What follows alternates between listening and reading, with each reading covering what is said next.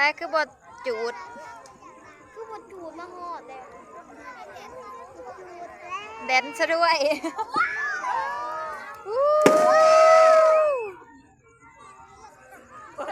ตัวนี้เอาเธอละลูก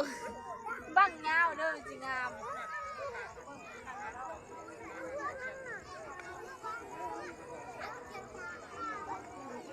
แต่วันเดี๋ยวใกล้เลยเด้อลูกเด้อนั่งเบิ่งน้ำอ้ายเด้อลูกเด้อมันดับ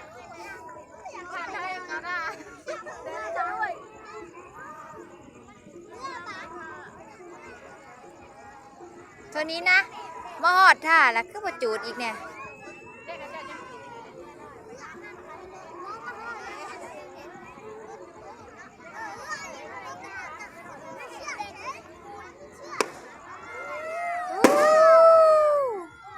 อีกแล้ว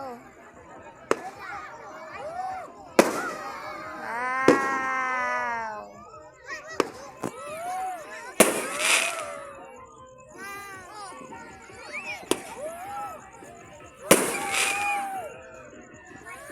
สวยจังเล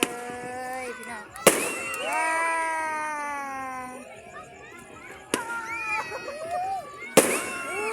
สวยมากว้า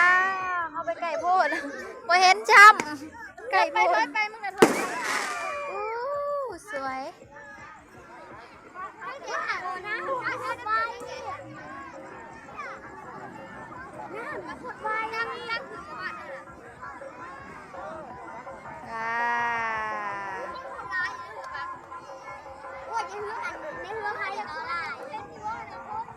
เบิร์ดได้บ่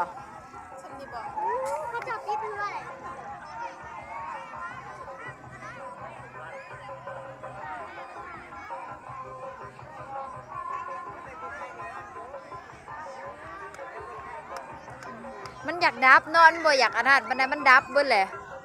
มันโดนบ่อยากห้ามเพื่อสิมาฮอดดับเบิด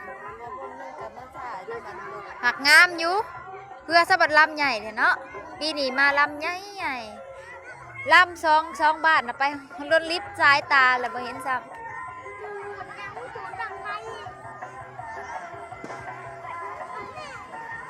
โอ้ก็คนหลายเด้